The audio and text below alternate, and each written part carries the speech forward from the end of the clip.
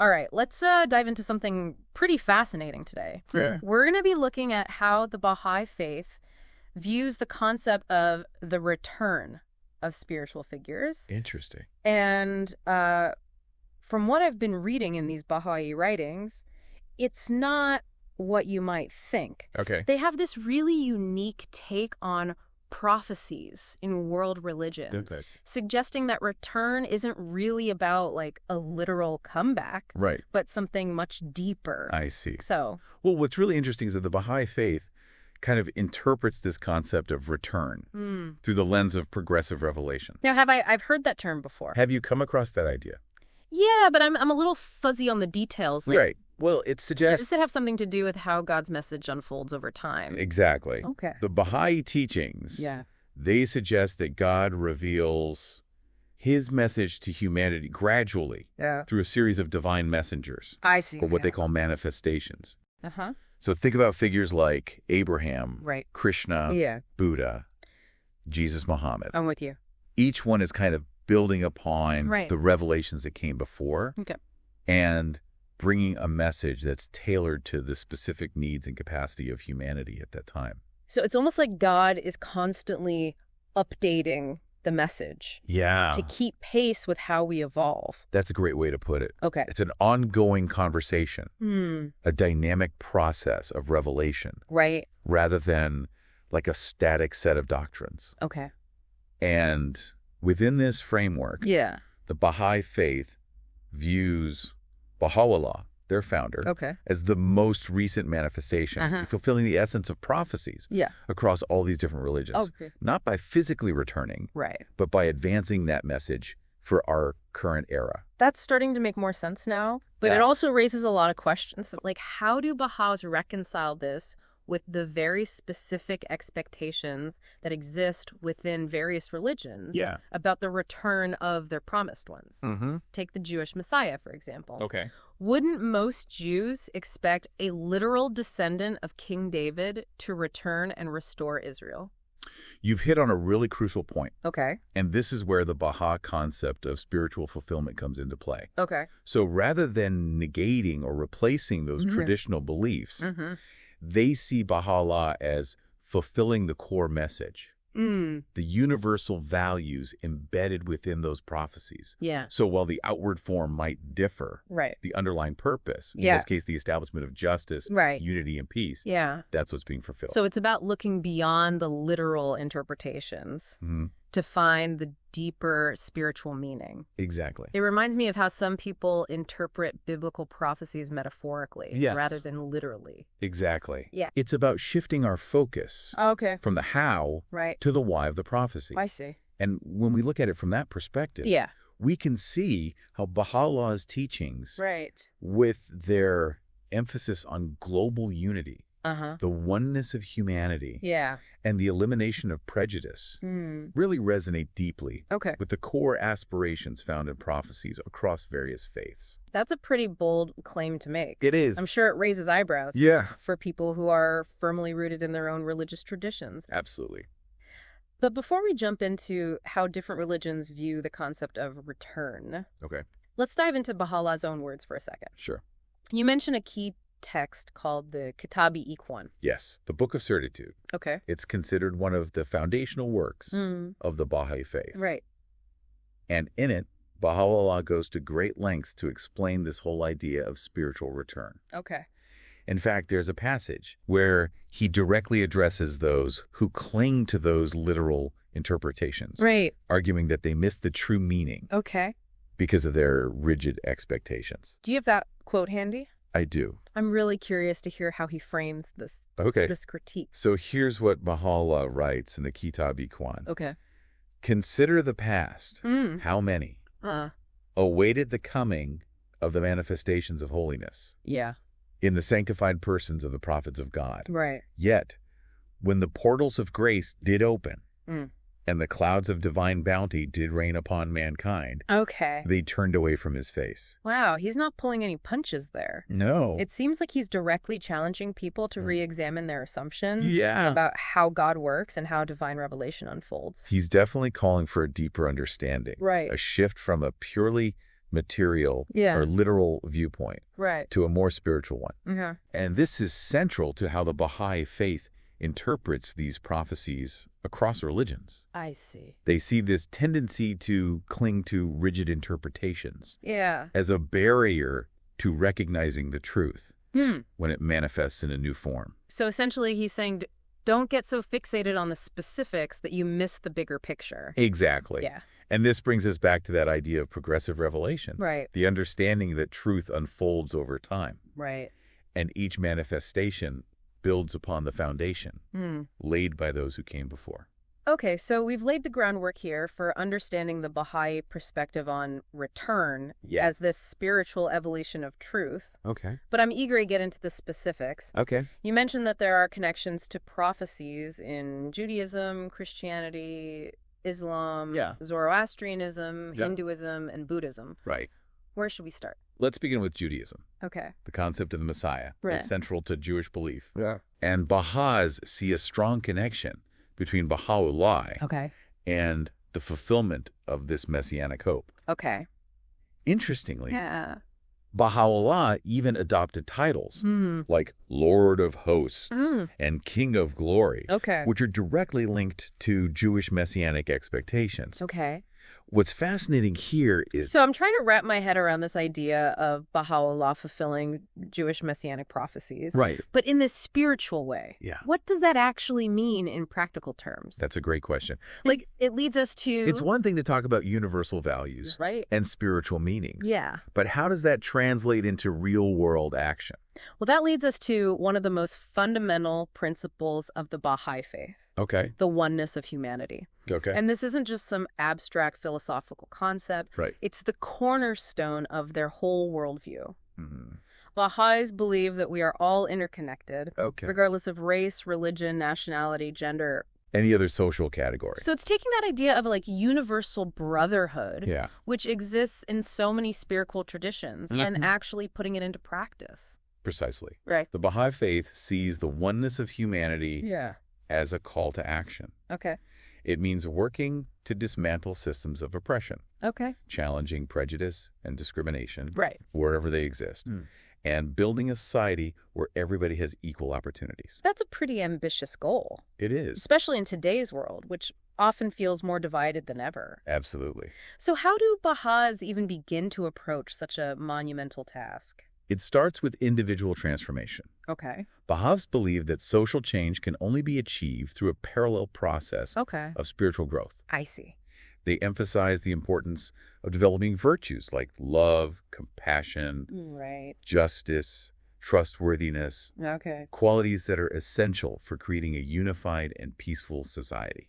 So it's about cultivating those positive qualities within ourselves as a foundation for building a better world. Absolutely. Okay. Baha'u'lláh often emphasized the importance of inner transformation as a prerequisite for outer change. Right. He said, man is the supreme talisman. Okay. Lack of a proper education hath, however, deprived him of that which he doth inherently possess. Wow. So in other words, we have the potential for greatness within us. Yes. But we need to cultivate it through education and spiritual development. Yes. That quote really resonates with me. Good. It makes me think about how often we focus on changing external circumstances without addressing the underlying issues within ourselves. That's such an important point. Right. And it's something that the Baha'i Faith addresses directly. Okay. They have a really strong emphasis on education. Okay. Both spiritual and material. Right. They believe that education is essential for empowering individuals and creating a more just and prosperous society. Okay, so education is key.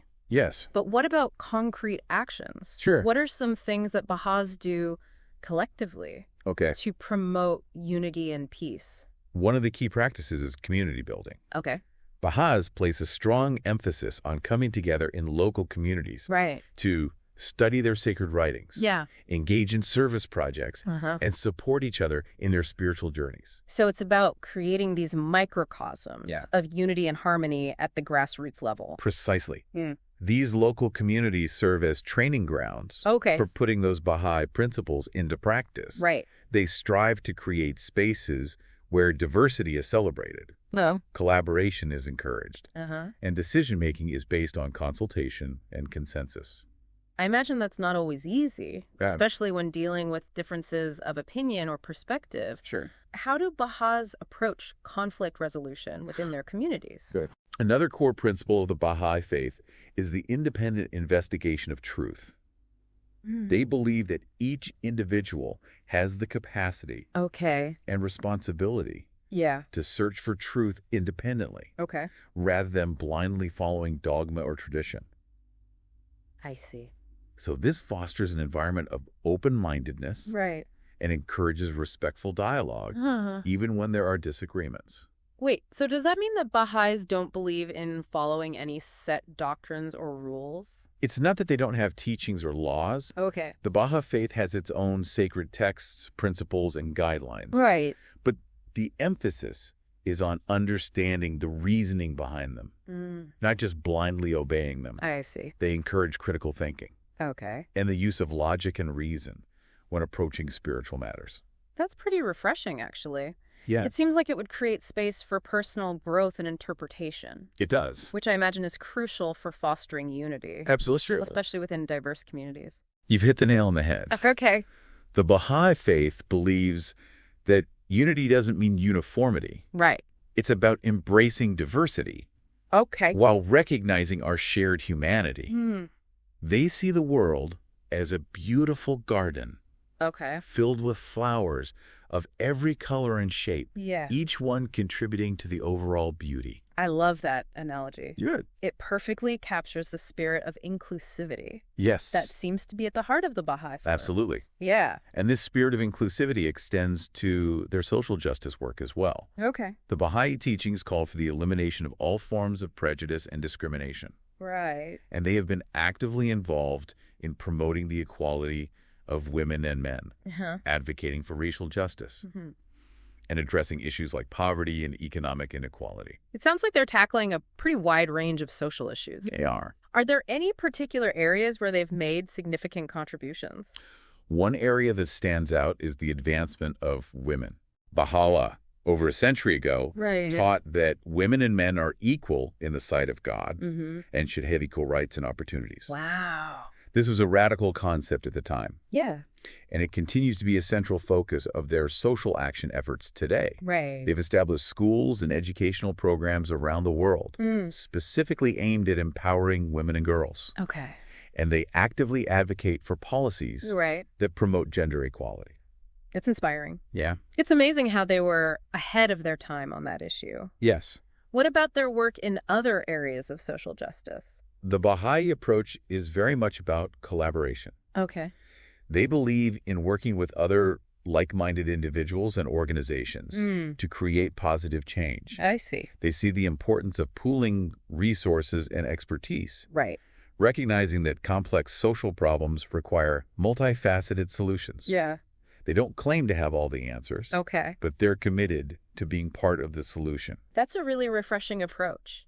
It is. It's not about imposing their views on others. Yeah. It's about working together. Right. To find common ground and create a better future for everyone. Oh, exactly. Yep. And it's this collaborative spirit, this unwavering belief in the power of unity and collective action that fuels their vision for the future. Speaking of the future, yes, you mentioned earlier that the Baha'i Faith has this unique perspective on it. Yeah. Do they have their own set of prophecies or predictions about what lies ahead?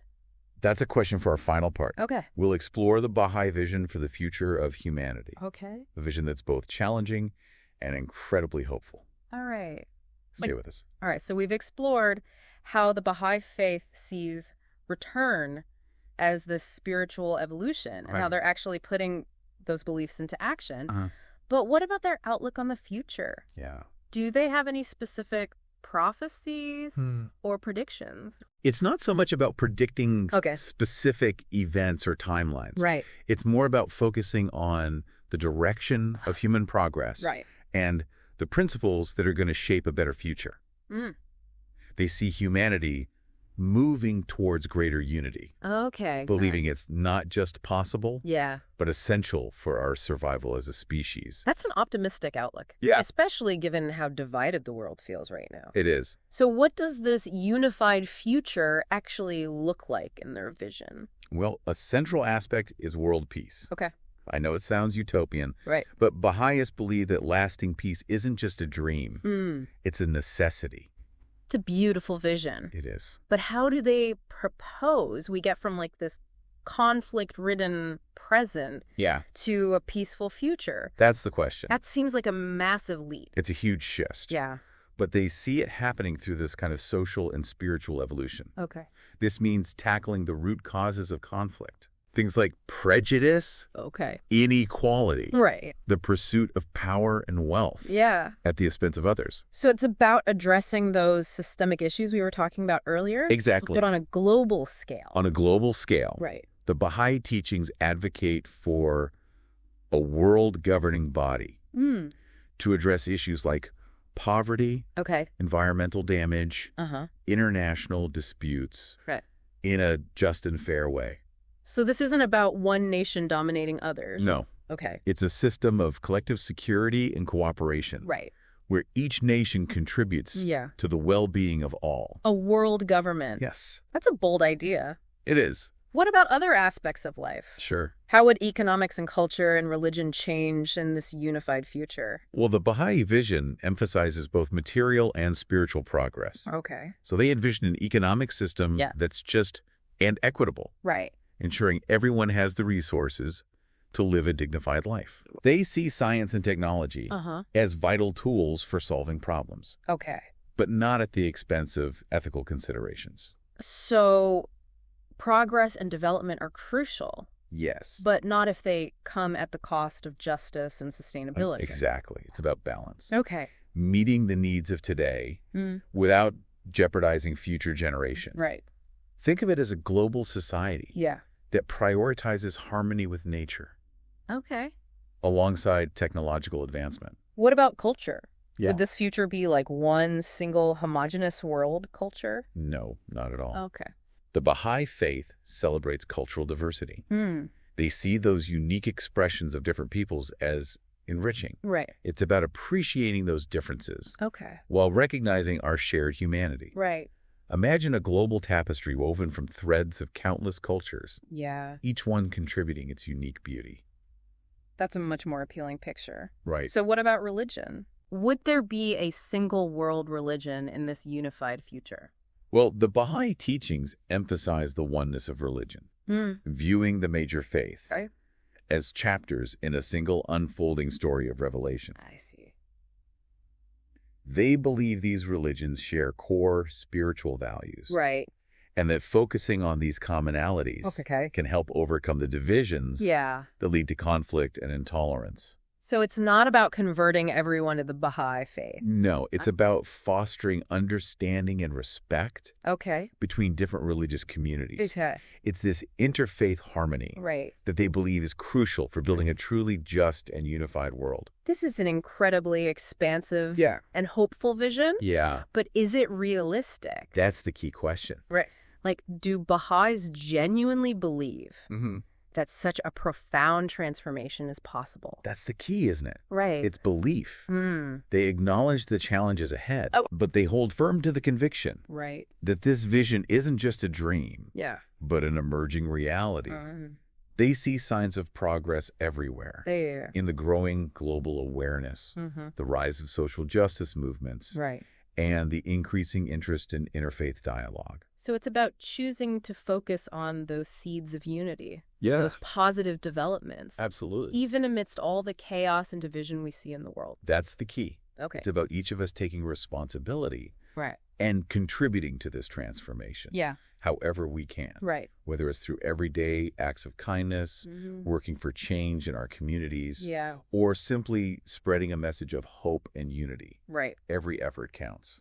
That's a really powerful and inspiring message. It is. The Baha'i Faith offers a perspective Yeah. that's both challenging Absolutely. and deeply hopeful. Yeah. It asks us to face the world's complexities, but also hold on to a vision of a brighter future that we can all play a part in creating. That we can all be a part of. This has been a fascinating deep dive. It has. And for all you deep divers out there, right, keep those minds curious and those hearts open. Absolutely. To all the incredible possibilities that lie ahead. Wonderful. Until next time, when